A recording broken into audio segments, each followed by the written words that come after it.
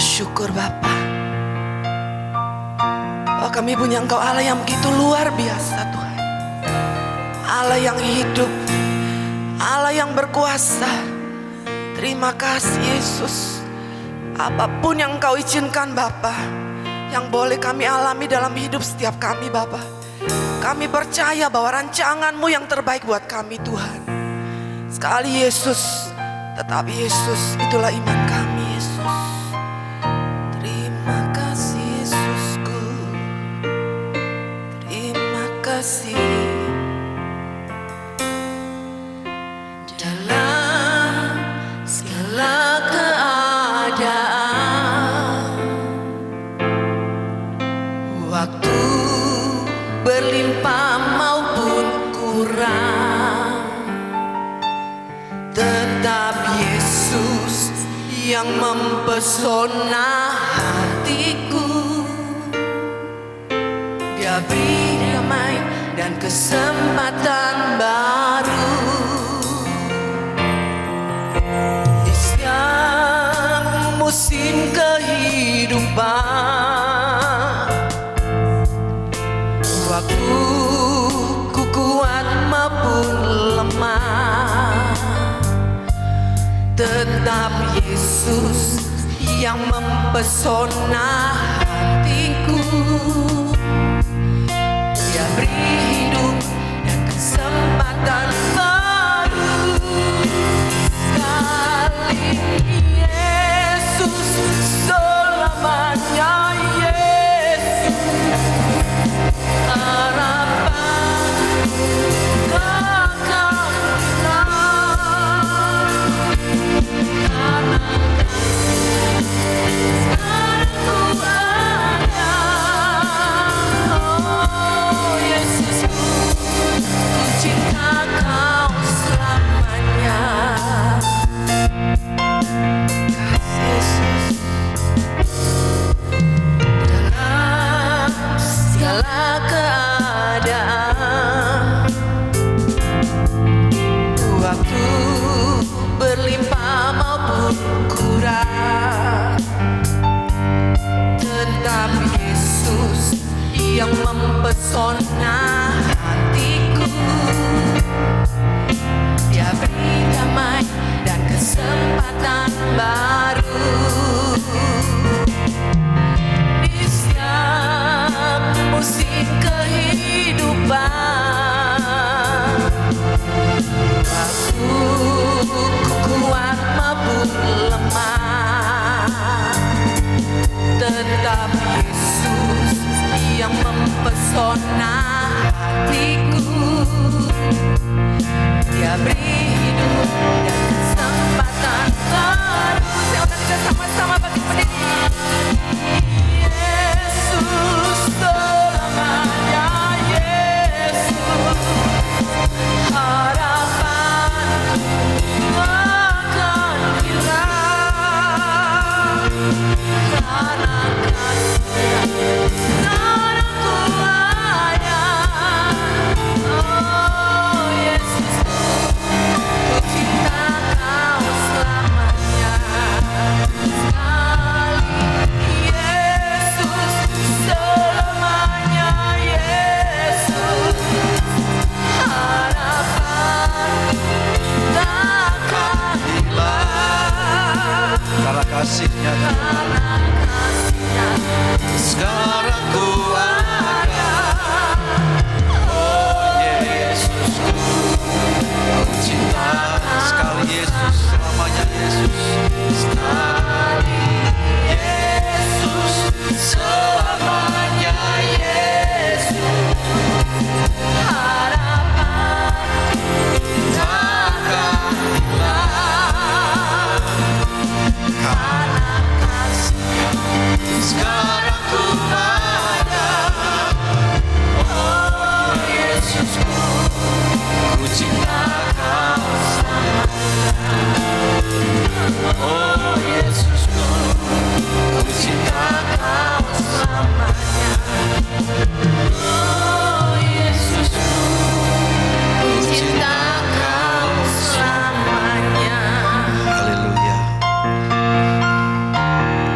pengakuan kami dari hati yang paling dalam yang Kau lihat pagi hari ini Tuhan.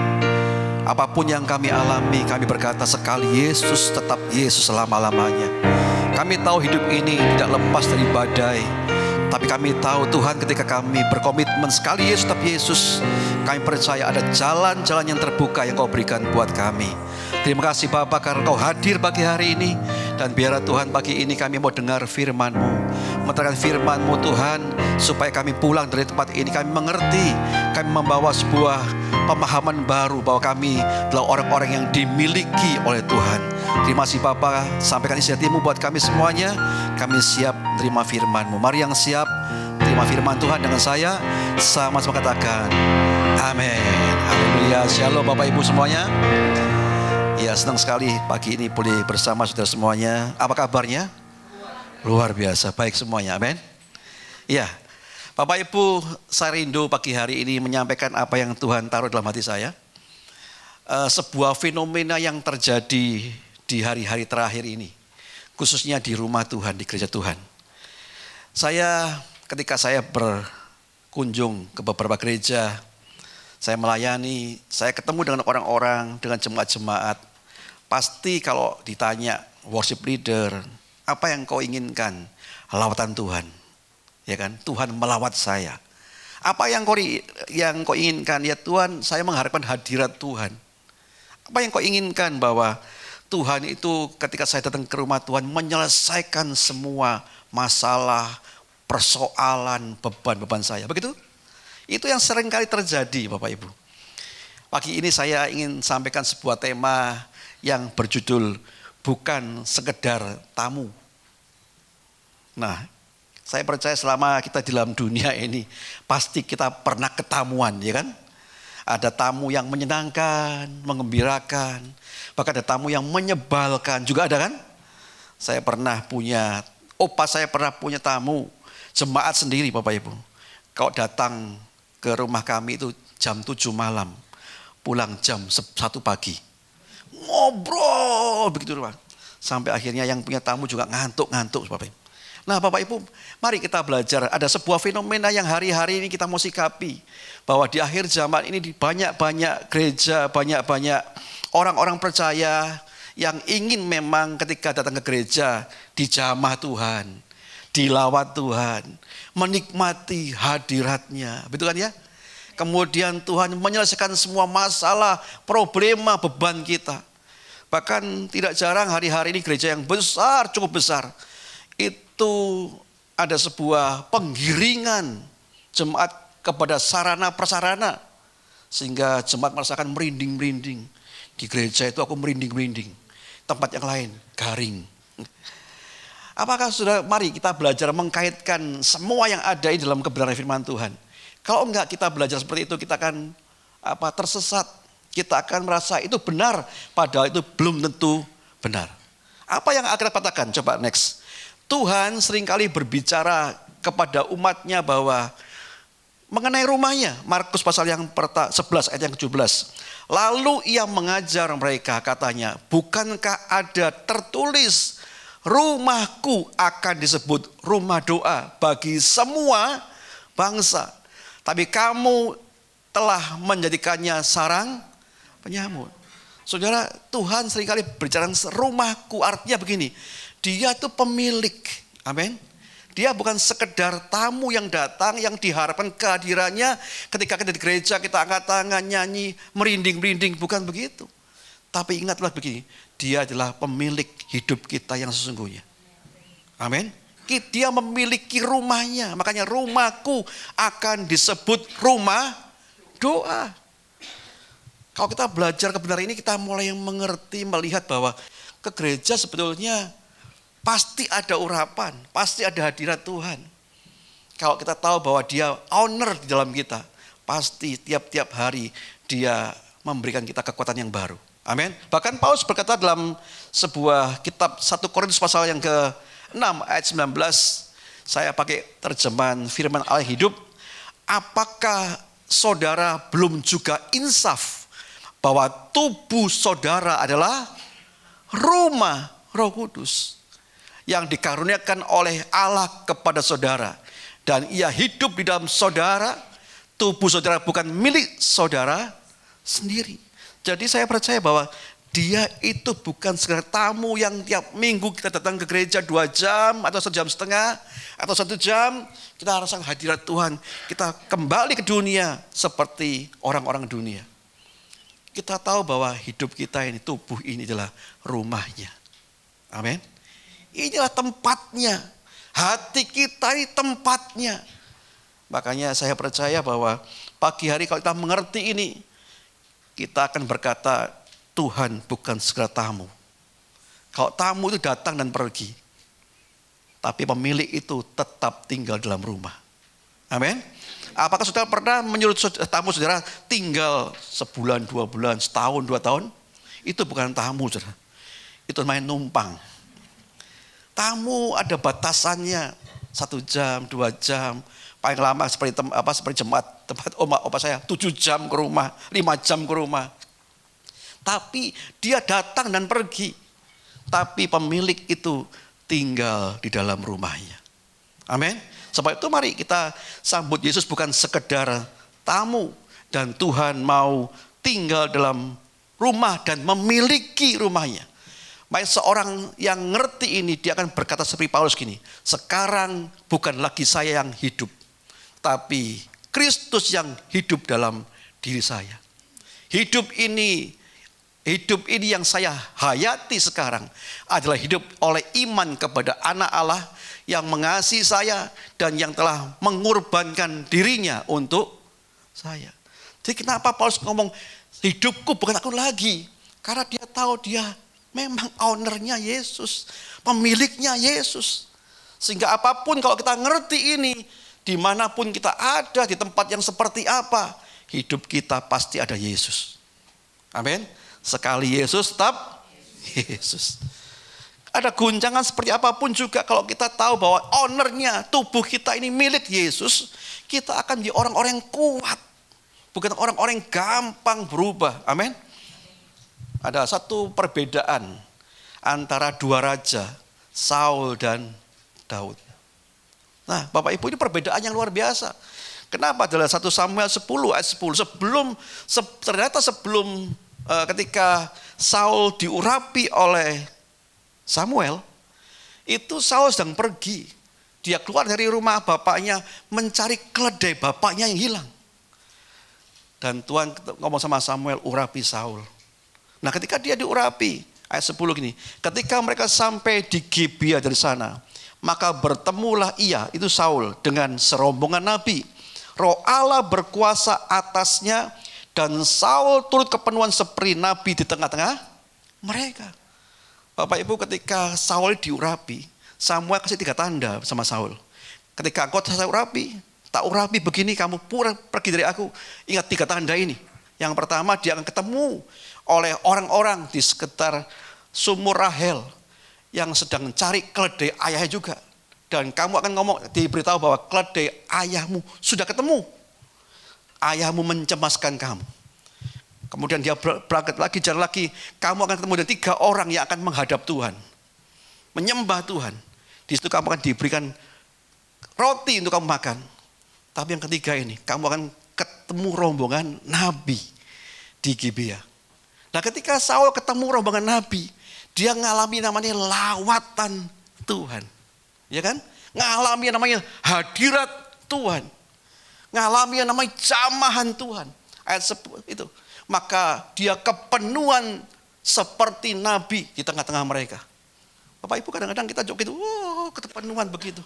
Urapannya begitu. Coba, tapi ayat 13 begini. Ayat 13, 3 ayat dari ayat 10 itu. Setelah habis ia kepenuhan seperti nabi, pulanglah ia. Artinya bahwa kalau kita hanya sekedar mencari hadirat, kita sedang cari kepenuhan. Ketika rombongan nabi itu pergi, selesai. Berapa banyak orang ke gereja yang cuma hanya ingin hadirat Tuhan di gereja itu. Padahal setiap hari Tuhan mau memiliki kita dan mengurapi kita semuanya. Amin. Dan kebenaran ini harus kita tangkap. Kenapa kalau enggak begitu? Kita rasa kalau 2 jam saya di gereja jadi orang kudus. Supaya apa? Urapan Tuhan, saya undang Tuhan. Loh, Tuhan tidak perlu diundang. Tuhan sudah di dalammu, memiliki kita. Kita cuma hanya perlu setiap hari menyapa Tuhan, menyembah Tuhan. Amin. Nah, kenapa saya ngomong di pengalaman saat? Karena bagi orang-orang yang suka hadirat, orang-orang yang mengagung-agungkan lawanan Tuhan, sesaat. Ketika itu selesai. Tapi coba kita lihat Daud. Daud itu raja yang bukan sekedar naik karena promosi Tuhan. Saya search di Alkitab ada 11 musuhnya Daud yang harus dikalahkan. 11 musuh besarnya Daud yang dikalahkan. 7 dari eksternal, 4 dari internal. Itu dikalahkan. Tapi coba Daud ngomong gini, betapa disenangi tempat kediamanmu ya Tuhan semesta alam. Jiwaku hancur karena merindukan pelataran Tuhan. Hatiku dan dagingku bersorak-sorai kepada Allah yang. Jadi Daud itu tahu bahwa ya dia haus, dia senang di rumah Tuhan. Dan dia tahu bahwa kalau sekedar pengurapan, sekedar lawatan itu saat. Mazmur 84:10. Sebab lebih baik 1 hari di pelataranmu daripada 1000 hari di tempat lain. Lebih baik berdiri di ambang pintu rumah Allahku daripada diam di kemah-kemah orang fasik. Dan orang yang kayak Daud begini, dia akan kuat dalam segala perkara. Kenapa? Karena dia tahu hidup ini adalah rumahnya Tuhan. Tubuh ini, hidup saya ini adalah rumah Tuhan. Makanya Paulus ngomong apa? Kalau aku hidup bagi Kristus, kalau mati keuntungan. Kenapa Bapak Ibu? Karena dia tahu bahwa sepanjang hari, setiap saat Tuhan ada di dalamnya. Amin. Tapi pertanyaannya gini, apakah dia kerasan di dalam kita ini? Apakah dia betah di dalam kita ini? Amin. Coba F. Wah ini apa? Joel. Kasih-Mu layakkan seluruh hidupku. Mampukan ku melakukan yang Kau inginkan. Tak bisa ku terlepas, Kau menggenggam tanganku. Ingin lebih mengenal pribadi-Mu. Ku terhubung denganmu, selalu melekat di hatimu. Firman-Mu itulah dasar hidupku yang berdaulat. Katakan ku terhubung denganmu, selalu melekat di hatimu. Firman-Mu itulah dasar hidupku yang berdaulat atas. Kalau kita tahu ini rumahnya Tuhan, pasti setiap hari kita terhubung dengan Dia. Amin. Kita pasti terhubung. Sebab itu saya percaya entah itu ada urapan, ada lawatan, orang reba-reba. Kalau Tuhan tinggal dalam hati kita, itu cukup bagi kita. Amin. Mari kita undang Tuhan bukan sekedar tamu, tapi Dia pemilik hidup ini yang sesungguhnya. Jadikan Tuhan itu owner kita, pemilik kita. Nah saudara, Bapak Ibu, 3 perkara yang saya sharingkan. Bila mana Dia, Tuhan itu pemilik. Kalau Tuhan itu pemilik kita, yang pertama, Dia akan mengubahkan kita semuanya. Kalau Dia jadi pemilik tubuh ini yang sesungguhnya, hidup yang sesungguhnya, Dia pasti akan mengubahkan kita dari hari ke hari seperti Dia. Amin. 2 Korintus 5 ayat 17. Jadi siapa yang ada di dalam Kristus, di dalam Tuhan, ia adalah ciptaan baru. Yang lama sudah berlalu, sesungguhnya yang baru sudah datang. Makanya kalau kita percaya, kita tahu Dia, kita memberikan akses bahwa hidup ini milik Tuhan, pasti hidup kita akan mengalami perubahan dari hari ke hari. Apa yang diubah? Karakternya sama seperti Kristus. Satu kali ada satu orang yang sahabat, Bapak Ibu. Sahabat ini sahabat ya sangat kental. Di Tidar ini ada semacam kafe namanya Konco Kental gitu ya. Dia depannya, di atasnya Alfa Midi itu ya. Konco Kental, saya ngomong, di mana itu Tidar? Konco Kental, ada kopi, ada apa. Lah ini Konco Kental Bapak Ibu. Bertahun-tahun mulai SD sahabatan gitu kan. Kalau satunya suka hobinya sepedaan ikut. Ya kok main ke rumah itu kayak sudah bukan rumah yang asing bagi mereka. Tapi Bapak Ibu, ingat begini. Orang ngomong gini, walaupun saya punya sahabat, tapi rumah saya enggak dirubah. Tapi ketika saya punya istri, kamar saya berantakan jadi bersih. Ketika saya taruh kaos kaki diomel-omeli gitu. Karena apa? Karena istri juga pemilik. Nah kalau pemilik rumah itu akan merubah kita. Amin. Kalau sekedar tamu gak akan merubah kita. Kalau sekedar rindukan lawatan tidak akan mengubah kita. Tapi kalau kita jadikan dia pemilik yang sesungguhnya, dia pasti merubah kita. Amin. Satu kali ada hamba Tuhan ngomong begini. Ya waktu ada pemakaman ya, penghiburan. Ini seorang istri yang meninggal. Kemudian khotbah di tempat penghiburan kan biasa khotbah. Dia menguatkan suaminya. Dia ngomong, jangan takut, jangan gelisah. Nanti kita akan ketemu lagi dengan istrimu. Engkau akan ketemu lagi dengan istri dan hidup selama-lamanya. Pulang Bapak Ibu. Tengah jalan cegat oleh seorang Kristen lainnya. Pak Pendeta, jangan ngomong gitu Pak. Oh ngomong apa? Ketemu istri selama-lamanya. 38 tahun awis blenger Pak. Ketemu mana? Ya saya percaya. Kadang-kadang istri itu kan cerewet ya kan. Tapi maksudnya baik. Kemarin saya pergi ke Ngawi sama teman saya. Teman saya ngomong. Ya kalau nyetir kan itu istri yang ngomong. Terus kasih pertanyaan. Maksudnya baik. Supaya enggak ngantuk. Tapi kadang-kadang suaminya itu kesel. Gak dijawab itu kan. Ngamuk lah berdua. Bapak Ibu memang suami istri itu unik. Dia TV berdua ya gegeran. Rebutan remote Bapak Ibu. Tapi itulah yang bisa merubah rumah kan. Amin. Orang yang bisa merubah rumah. Coba kalau istri kita diem aja kita repot kan kayak tamu. Tapi rumah kita punya istri. Kalau kita punya istri di rumah, pasti rumah kita bersih, berubah. Tapi kalau istrinya jorok, kita tambah jorok Bapak Ibu. Tapi kenapa bisa merubah rumah? Karena dia pemilik. Yesus itu pemilik kita. Makanya dia akan merubah karakter kita seperti karakter dia. Kemarin saya ngobrol di Jalan Jingawi itu. Loh jangan ya bercanda begini, 38 tahun blenger. Tapi kan hidup kita seperti malaikat nanti di surga kan.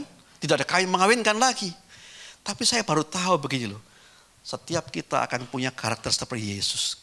Kalau karakternya sama, pasti nggak ada bengkerengan, ya kan? Nggak ada gegeran, nggak ada saling iri-irian, karena sama karakternya.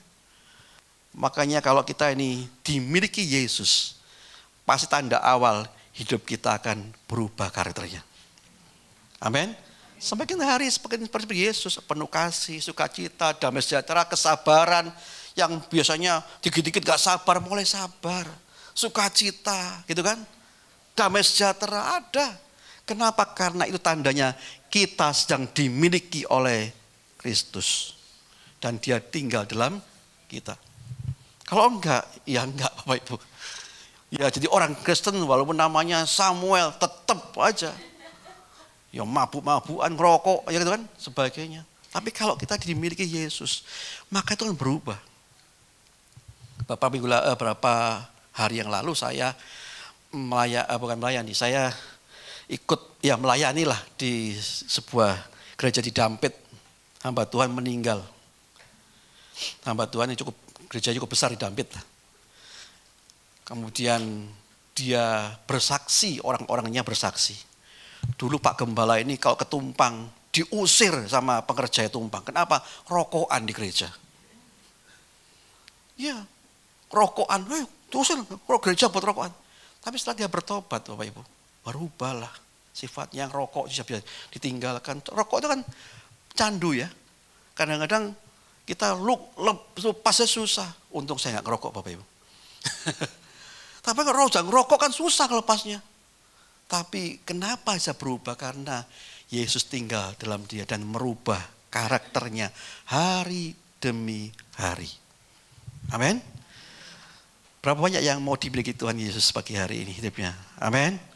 Nah yang kedua, bagaimana kalau Tuhan itu pemilik? Yang kedua ini, akan ada damai sejahtera bahkan di saat badai terjadi. Kalau orang dimiliki Yesus, dia akan tenang Bapak Ibu. Meskipun suasana menghimpit, mencekam, dia tenang. Kenapa? Yesus milik dia. Sekarang ku milik Yesus, Yesus pun milikku. Bukan hanya sementara, tapi selama.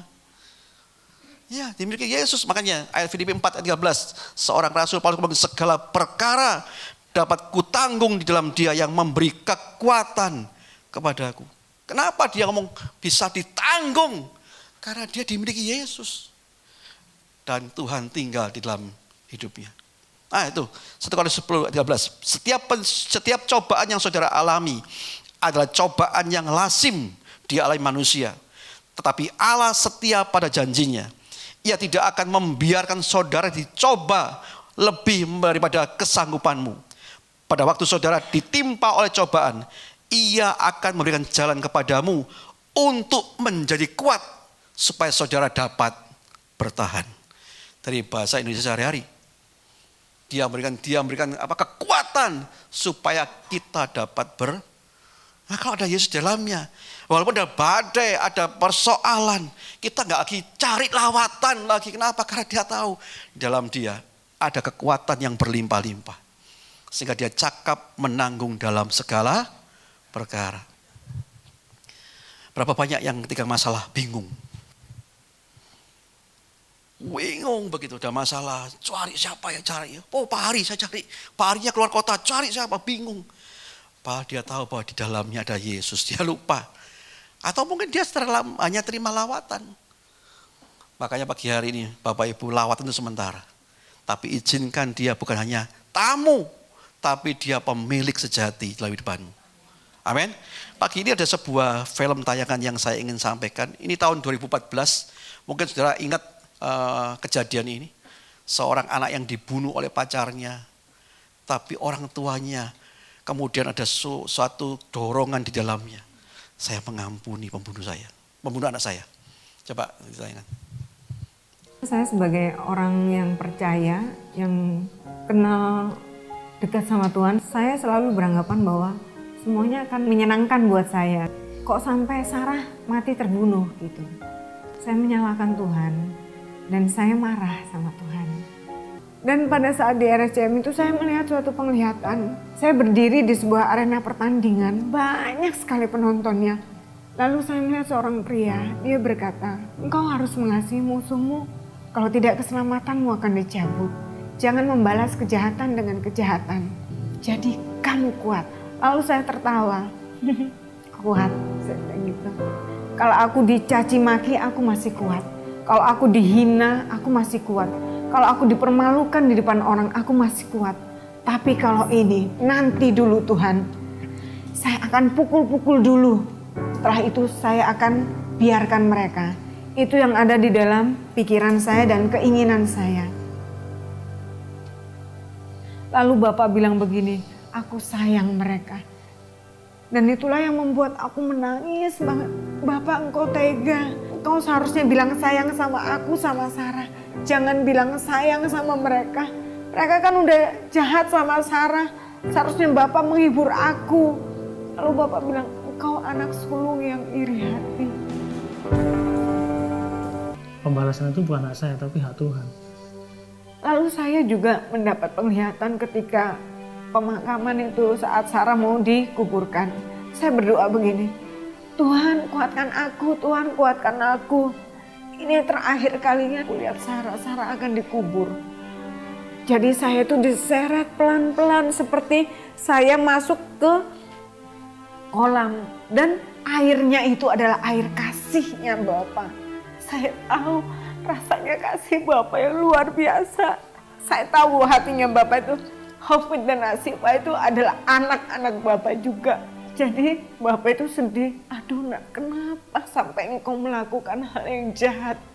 Jadi Bapak mau mengambil mereka berdua untuk kembali ke dalam dekapannya dengan hal yang benar. Jadi saya bilang, sudah Bapak, jangan engkau tarik aku lagi lebih dalam untuk merasakan kasih-Mu. Bapak bilang, setiap hari aku menangis untuk setiap perbuatan manusia yang berbuat jahat. Saya bingung, Tuhan setiap hari Engkau gak capek ya nangis ya. Pantas saja Bapak memberikan Yesus untuk menyelamatkan manusia. Karena saya tahu luar biasa. Saya bilang, Bapak sudah, jangan Engkau tarik aku lebih dalam lagi. Aku ini mamanya Sarah, aku gak pengen orang anggap aku edan, saya bilang begitu. Tadinya aku udah mau mengampuni tapi aku mau tetap udah biar aja, aku nggak mau ketemu, nggak mau apa sama mereka berdua. Tapi ketika aku dikasih hati yang baru, aku menjadi tahu aku sayang sama mereka seperti Bapak sayang, dan aku tahu itu bukan asalnya dari dalam diriku. Ini loh, aku tuh punya rencana yang kayak gini. Kebaikanku itu luas sekali, jadi engkau harus belajar dariku. Jadi aku sebetulnya juga dibentuk. Aku dan suamiku dibentuk gitu. Jadi Tuhan, ternyata engkau benar-benar luar biasa. Ya, itu sebuah kesaksian nyata Bapak Ibu. Seorang yang kehilangan anaknya karena dibunuh oleh mantan pacarnya kan. Mantan pacarnya ini punya pacar lagi, membunuh anaknya itu. Satu kata mungkin susah untuk mengampuni. Tapi kalau orang dimiliki oleh Tuhan, Tuhan tinggal dalam kehidupannya tadi, kesaksian sih. Ada sungai kasih Bapa yang terus mengalir, yang ngajari dia untuk mengampuni orang yang bersalah. Sebab itu kalau kita dimiliki Tuhan, ada damai sejahtera bahkan di saat badai sekalipun. Amin. Bukan sekedar lawatan. Mari kita tidak sekedar cari lawatan karena lawatan hanya undang Tuhan kayak tamu. Tapi kalau kita dimiliki Tuhan, Tuhan tinggal dalam hidup kita. Yang pertama kita diubah karakter kita. Yang kedua apa? Ada damai sejahtera bahkan saat badai. Yang ketiga, yang terakhir, kalau Tuhan kita miliki, yang ketiga nih, hidup kita akan tentunya jadi berkat buat orang lain. Ayo, Yohanes 7 ayat yang ke-38, barang siapa percaya kepadaku, seperti yang dikatakan oleh kitab suci, dari dalam hatinya akan mengalir aliran air hidup. Kalau Tuhan di dalam kita, yang kita keluarkan itu kehidupan. Amin. Perkataan kita bukan perkataan yang sia-sia. Perkataan yang menjatuhkan orang. Tapi perkataan firman. Makanya saudara, tanda gampang sekali. Kalau orang sudah sering marahan, suka marah-marah dewe, ngamuan, irian gitu ya. Orang Kristen suka jelek-jelekan orang lain. Itu tandanya bahwa firman yang di dalam hatimu ini mulai kering, tipis. Tapi kalau orang kaya firman, maka yang diucapkan, diperkatakan, dilakukan itu firman. Berkati orang lain pastinya. Yohanes 15 ayat 5, akulah pokok anggur dan kamulah ranting-rantingnya. Barang siapa tinggal di dalam aku dan aku di dalam dia, ia berbuah banyak. Sebab di luar aku, kamu tidak dapat berbuat apa-apa. Jadi hari ini cek di depan kita. Kalau kita di orang Kristen suka ngamuan, dikit-dikit marah, kesinggung. Itu artinya kadar firman mulai habis. Ayo ditambah lagi. Biar kepenuhan Kristus dalam hidup kita makin berlimpah-limpah. Amin. Sehingga hidup kita diberkat meskipun susah. Kamu kok enak. Kamu bisa sukacita ya karena Yesus yang berikan kita sukacita. Bukan karena kita sendiri. Tapi Tuhan yang memberikan kita kekuatan dan kemenangan. Pagi hari Bapak Ibu, saya ingin sampaikan satu hal yang sederhana saja. jangan buat dia sekedar tamu, tapi buat dia pemilik hidup kita sesungguhnya. Amin. Jadilah dia pemilik hidupmu. Maka yang pertama kita akan diubahkan hidup kita. Karena kita diubahkan seperti Yesus. Yang kedua, tentunya kita akan punya damai sejahtera walaupun di saat badai. Dan yang ketiga, kalau Yesus milik kita tentunya hidup kita akan jadi berkat. Jadi sebuah inspirasi buat orang-orang lain. Amin. Dan tentunya mari kita belajar pagi hari ini. Bukan hadirat yang kita kejar, tapi tinggal di dalam kita itu yang kita minta. Saya undang tim musik maju ke depan. Naikkan pujian tadi itu F ya.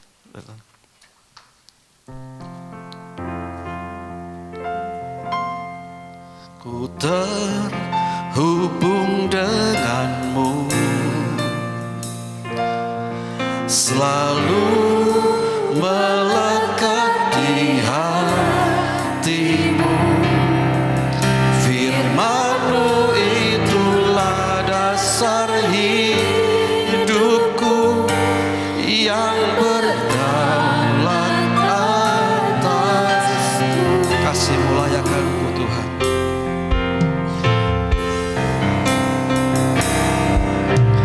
Kasih-Mu layakkan seluruh hidupku. Amin. Mampukan ku melakukan yang Kau inginkan. Tak bisa ku terlepas, Kau menggenggam tanganku. Ingin lebih mengenal pribadi-Mu. Kasih-Mu layakkan seluruh hidupku. Mampukan ku melakukan yang Kau inginkan. Amin. Tak bisa ku terlepas, Kau menggenggam tanganku. Ingin lebih mengenal pribadi-Mu. Katakan, ku terhubung Tuhan. Ku terhubung denganmu, selalu melekat di hatimu. Firman-Mu itulah dasar hidupku yang berdaulat atas. Ku terhubung denganmu, selalu melekat di hatimu. Firman-Mu itulah dasar hidupku yang berdaulat atasku. Firman-Mu itulah dasar hidupku yang berdaulat atasku. Firman-Mu itulah dasar hidupku yang berdaulat atasku. Terima kasih Tuhan Yesus, pagi hari ini biarlah apa yang Tuhan inginkan buat kami mendengar bahwa Engkau ingin memiliki kami. Engkau ingin tinggal dalam kehidupan kami.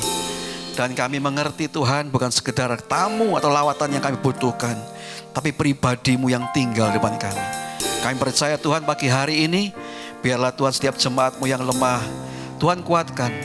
Karena kami percaya ketika kami undang Engkau sebagai pemilik kehidupan kami, Engkau akan menguatkan kami bahkan di saat badai sekalipun ya Tuhan. Biar hidup kami diberkat buat orang lain. Dan Tuhan biarlah kami juga Bapa pagi ini karakter kami diubahkan seperti Yesus. Terima kasih Bapa, hamba-Mu selesai membicara firman-Mu, tapi menterangkan firman ini dalam Roh Kudus berbicara terus dalam kehidupan kami semuanya. Kami bersyukur dalam nama Tuhan Yesus Kristus, berdoa menjawab syukur. Haleluya. Amin.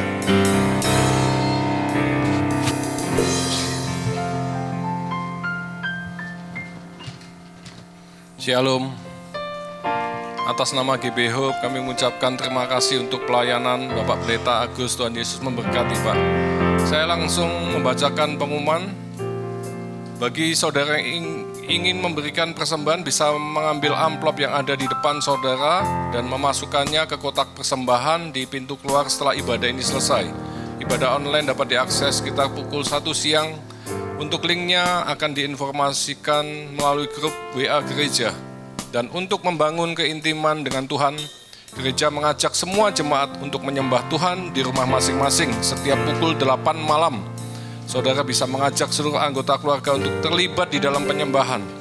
Dan doa malam diadakan hari Rabu pukul 7 malam, mohon hadir 15 menit sebelumnya. Dan komsel di GB Hope bisa dilihat jadwalnya ada di depan Bapak Ibu Saudara. Bapak Ibu tinggal memilih lokasi, waktu dan hari yang Bapak Ibu memungkinkan untuk datang di komsel. Kami undang Bapak Ibu bangkit berdiri, kita tutup ibadah pagi ini dengan doa. Bapa di dalam surga, terima kasih buat setiap waktu, kesempatan yang begitu berharga bagi kami. Itu anugerah Tuhan bagi kami bersyukur boleh bersekutu di tempat ini, bersuka cita, memuji dan menyembah-Mu, merasakan hadirat-Mu. Terima kasih buat tuntunan-Mu pagi ini yang disampaikan oleh hamba-Mu. Firman-Mu yang dahsyat, Firman-Mu yang hidup. Makasih Tuhan, Engkau Allah pemilik hati kami. Engkau yang berdaulat atas setiap kehidupan kami. Pemerintahlah Tuhan di dalam hati dan segenap hidup kami. Pimpin Tuhan, agar hidup kami diubahkan, dibentuk seturut kehendak-Mu, menjadi pribadi dan berkarakter Kristus, dipenuhi damai sejahtera yang melampaui segala akal dan pikiran, diutus dengan ketulusan hati, menjadi pemberita-pemberita Injil-Mu, menjadi saluran berkat Tuhan. Nama Tuhan dimuliakan melalui hidup setiap kami. Makasih Tuhan, kami berdoa untuk Bapak Pendeta Agus, berkati pelayanannya, berkati pengembalaannya, tuntun bimbing hatinya, tanda-tanda heran mengikuti hidupnya, jadi saksi, jadi berkat dimanapun hidupnya.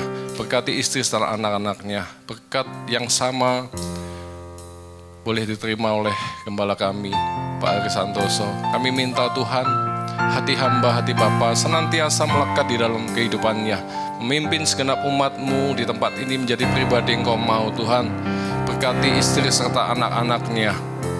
Kami berdoa buat segenap umat-Mu GB Hope, hamba-hamba-Mu yang di tempat ini. Pakai hidup kami Tuhan, di penghujung akhir zaman ini menjadi alat saluran berkat kasih bagi kemuliaan Tuhan.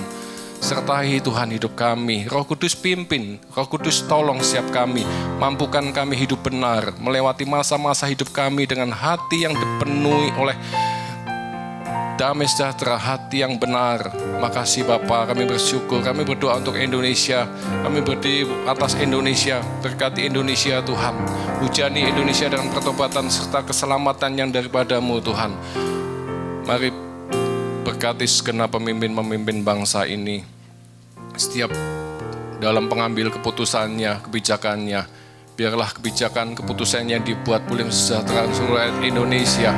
Kami berdoa buat persembahan kami, terimalah persembahan kami Tuhan, persembahan kami yang kami berikan dengan hati yang tulus untuk memperlebar kerajaan-Mu di muka bumi. Makasih Tuhan Yesus, sebentar kami boleh pulang, kami akan menerima berkat daripada-Mu. Mari kita angkat kedua tangan kita. Diberkatilah Engkau berlimpah-limpah dengan segala yang terbaik dari Allah Bapa, kasih-Nya yang sempurna di dalam Yesus Kristus, serta kekuatan, pertolongan, penghiburan dari Roh Kudus memampukan engkau untuk hidup dalam segenap kehendak Allah. Yang sudah menerima semuanya itu, sama-sama kita katakan amin. Selamat siang, Tuhan memberkati.